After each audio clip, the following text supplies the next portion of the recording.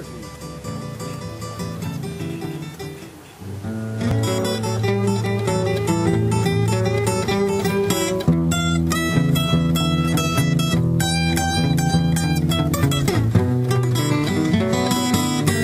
have been a North Carolina native since 1978. Now, we're a global company headquartered out of Copenhagen, Denmark, but our North American headquarters is 23 miles from here over in Franklinton. To date, we've got over $500 million worth of assets in Franklinton and over 500 employees. So I know just how successful things can be when North Carolina puts their mind to it. Back in 2007, when the country established the renewable fuel standard, it created a global race, one that today for us is close to a $350 million global business. That's roughly 18% of our sales. North Carolina has huge potential for the success to produce biofuels from all kinds of different feedstocks outside of the traditional ones that you hear about. But one of the problems is that the country doesn't understand what this means. You know, when I start talking enzymes and biomass and these kind of things, most people get lost. So I try to find unique ways to make people understand just how big is it. Well, one thing that I know that's in the news all the time lately is the Keystone Pipeline. Now, I think most people think that is a big source of energy, and it is. But do you know how big the biomass potential is in this country? It'd be the same as installing 15 Keystone pipelines. 15. So, in the spirit of heat and bugs, I'll be brief today. But what North Carolina is doing, what Stephen is doing here at the Biofuels Center is very, very special. And that's why I couldn't be prouder that Secretary Vilsack is here today to see it. This facility is the product of local, state, and federal government working together to address the immediate need of energy independence in the United States. Just this week, AAA announced that the average cost of a gallon of unleaded gasoline in North Carolina is $3.80. For diesel fuel, it's $4.15. High fuel prices are burdening working families. The need for change is quite obvious.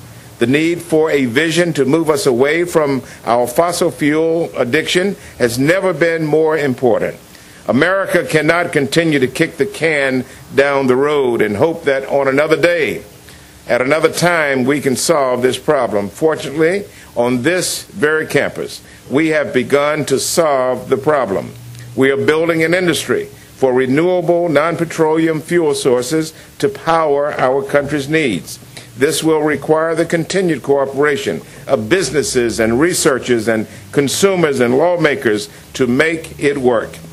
The Biofuels Center is uniquely positioned at the meeting of North Carolina's abundant agricultural resources, multi-campus research capabilities, and the Research Triangle to develop diversity in our nation's energy supplies. My committee, the House Committee on Energy and Commerce, was instrumental in passing the Energy Independence and Security Act of 2007. Congress mandated a 5-fold increase in renewable fuel all the way up to 36 billion gallons by the year 2022. And ladies and gentlemen, we can do that. Congressman, I wish you had told me what the weather was going to be like. I would have worn a golf shirt too. I have been reminded several times since I've been here that agriculture is the #1 industry in North Carolina. I now know it's a $75 billion industry, and the military is #2. What you're doing here is not just important for North Carolina, but it is extremely important for the entire country. There's still a need for continually looking at ways in which we can produce additional market opportunities for our producers, ways in which we can allow them to diversify their income opportunities so that they can keep the farm and save the farm and pass the farm on, and to encourage young people into the farming business. If you look at 85% of the agricultural production, it's the responsibility of 1/10 of our population. Several 100,000 people across the country produce virtually everything we need to feed ourselves. Our farm families, our ranch families, along with our rural families, represent just 16% of our nation's population, but they contribute 40% of our nation's military. Congressman Butterfield made mention of the renewable fuel standard, which he helped to shepherd through the Congress. Make no mistake how important that particular standard is, because it requires us as a nation to move towards producing 36 billion gallons of renewable energy and fuel. Here's what that means in terms of jobs. Nearly 1 million jobs will be created as a result of reaching that goal. It will represent roughly 25% of our fuel needs in this country. And these jobs, by the very nature of where this fuel will be produced, will be in small communities and rural areas.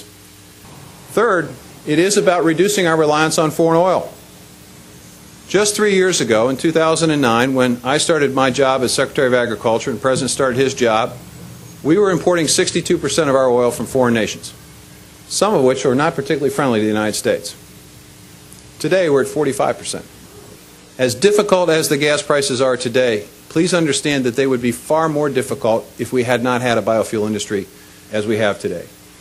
Consumers across America spend anywhere from 80 cents to $1.30 less per gallon of gas because we have a functioning biofuel industry. If we can get more petroleum marketers to embrace E15, we could bring that cost of gasoline down somewhere between a nickel and 15 cents a gallon. We've already provided loan guarantees and grants to 5 facilities, and I know there's a facility in North Carolina that would like to be able to partner with us, and we're taking a very close look at that application.